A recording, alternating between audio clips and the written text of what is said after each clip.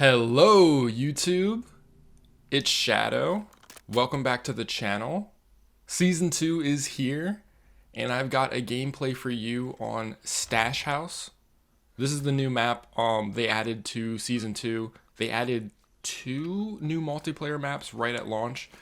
This is the smaller of the two. The other one is called Departures, which honestly kind of reminds me of Terminal because it is on an airport, but it's quite different. It doesn't seem quite as basic as Terminal, where you just kind of got one plane.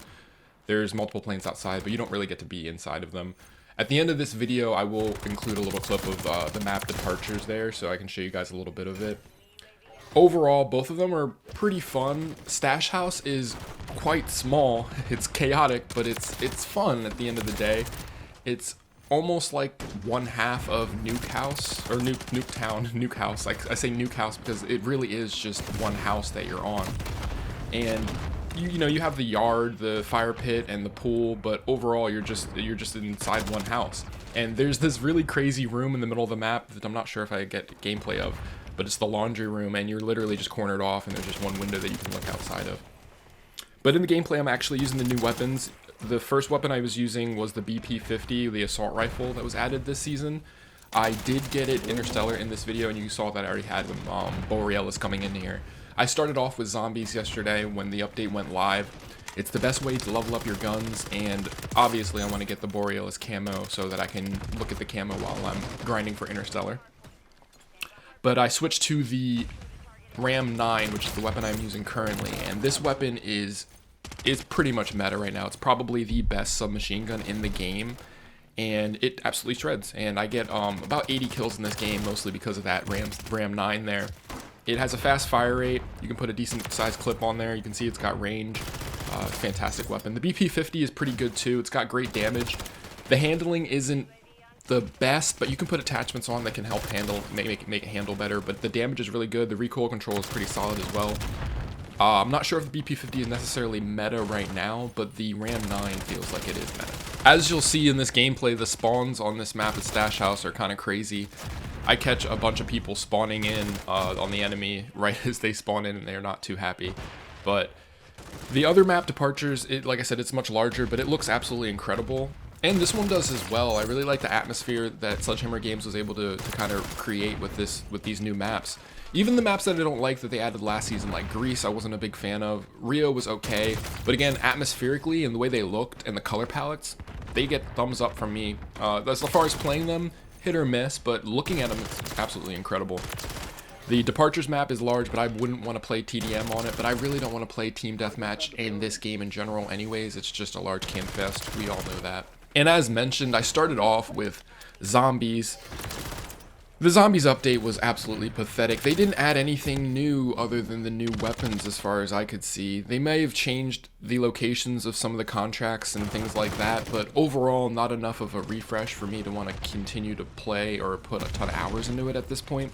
Once they add more content, I am excited to just almost main zombies. I am mostly done with multiplayer. There's tons of stuff to do in Warzone, but multiplayer, there's not too many new maps that they've added, and I have all of them, the guns Interstellar for the most part, so zombies would be nice to have, you know, almost endless content there, but right now it's really dry.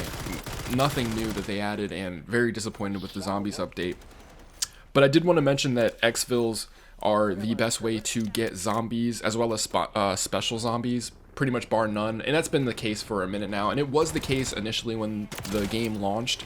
Exfils were where everyone was farming to get their kills, and it's pretty much the case now. I tried a couple contracts yesterday, and they weren't giving me a ton of zombies. It was just a few zombies and barely any specials, but especially when you first approach an exfil, it'll give you a ton of zombies as well as a ton of specials. It's almost overwhelmingly so. So if you're trying to get camos, I would definitely advise going for exfil farms. And if you're leveling up your guns, which is the best way to do in zombies, definitely take one of the story mission exfils. It really doesn't matter specifically which one. We went into the Rift and it was fine, but I would almost say that Dr. Jensen's lab is probably even better because you can stay there for like the entire time, like 10-15 minutes extra, and just kill zombies. You don't have to take the exfil chopper right away. And that's another way you can extend the weapon level XP that you get per match in zombies, which is currently capped at about 11. I think you can get 11 levels on a weapon and then it's capped out. But if you go to the story mission, you can get another 11 levels leveled up. So then you can pretty much level up an entire weapon in one game of zombies. It'll take about 50 minutes to an hour to do so, but you can do it all in one game as opposed to battling SBMM online and, you know, the toxic Call of Duty community trying to level up your guns. And the Warzone update, the biggest thing to say or mention about the Warzone update for Season 2 is Fortune's Keep was added back. As I mentioned in a previous video, I have not played a ton of Fortune's Keep. Fortune's Keep was added into Warzone 1 during Vanguard's life cycle, and during Vanguard's life cycle, Warzone 1, you did not have a field of view slider on console in Warzone. So I didn't play any of it. I really got used to using a field of view slider and being at 120 or 115 to 120 on both Cold War and Vanguard. So playing Warzone at the time really wasn't very fun for me. I'd rather have a PC at the time to get the field of view slider. So I didn't play any of Fortune's Keep. But this iteration I was playing, and it's kind of a struggle to learn the map. It has a lot of verticality, as I've realized. There's like a pit in the middle of it that you can go all the way down. The edges of the map offer a lot of low ground, so if you're on the edges of the maps, you're kind of screwed in general. And also there's not a ton of loot out there as well, as I found out. And as you can see, I'm giving you guys multiplayer footage because I didn't have any really good games playing Fortune's Keep. I'm sure I'll get a couple good games and I'll be able to put some up on the channel, but as of right now, I need to learn the map, and I've got no footage as of right now. There were some good quality of life updates that were added. Your health regen's slightly faster. There's a direction shown on the minimap for precision airstrikes. I believe that is both multiplayer and Warzone. It's definitely in Warzone. And the weapon balancing overall just seems to be at a decent spot. They definitely nerfed a few weapons, they buffed a few weapons, but overall I don't feel like they took anything completely out of the meta. The MCW got a slight nerf, but it's still usable. The weapons that they buffed don't seem to be too insane. And as usual, the new weapons are pretty much all the rage, the ones you pretty much want to be using. They make them really strong once they're added in. And then as future updates come in, I'm sure that they're going to switch it up, and the Ram 7 and the BP50 probably won't be quite as strong. So definitely get them while you can and use them right now. So in conclusion, overall for me, the update was really fine. I didn't have any problems with the Battle Pass or purchasing Black Cell. I am enjoying the new weapons. The new maps are completely fine for me. Breath of fresh air for a game that I don't want to say completely feels stale, but we're playing on old 2009 Modern Warfare 2 maps. So this game really needed something, you know, to kind of spruce it up, and they've done that. That being said, the zombies update was beyond pathetic. I don't know what they're thinking. I'm reading a tweet here that says Treyarch has confirmed that there are no plans to introduce any new perks or enemy types for Modern Warfare Zombies. And that's still kind of a vague statement. Like, are they saying that they're not going to add any new enemy types or perks throughout the life cycle of Modern Warfare 3? Because if that's the case, they're going to lose players in droves, because there are some players that did buy Modern Warfare 3 for the zombies mode because it was hyped pre-launch, and to pay $70 for a game mode that is not going to be updated is insane. Now, that statement could mean that they're not adding any new perks or enemy types for Season 2, which is still unacceptable, but at the same time, Treyarch is, as far as I know, kind of overwhelmed with what they've been doing for really, honestly, the past 4 years. They are working on this year's Call of Duty, and they might be forced to make next year's Call of Duty because Sledgehammer Games refused to make Call of Duty for 2025. So where are we at with their workload? Are they overloaded that they can't add any enemy types or update Modern Warfare 3 Zombies?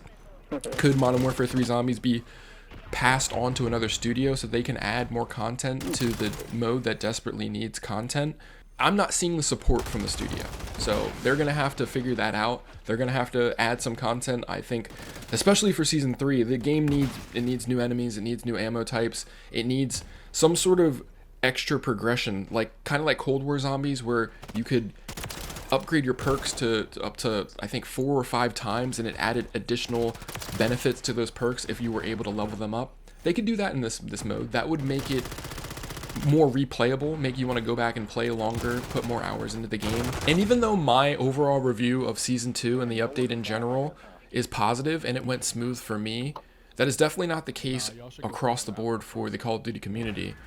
There were still a bunch of people that couldn't access the battle pass, which is absolutely insane. It was sending them back to the main menu, and that is a money-making cash grab for Activision here, and it's not working at launch, and it hasn't for a very long time. There's been multiple updates, multiple seasons where this has not been working, and it's disappointing. It's 2024, and they have to get it sorted out.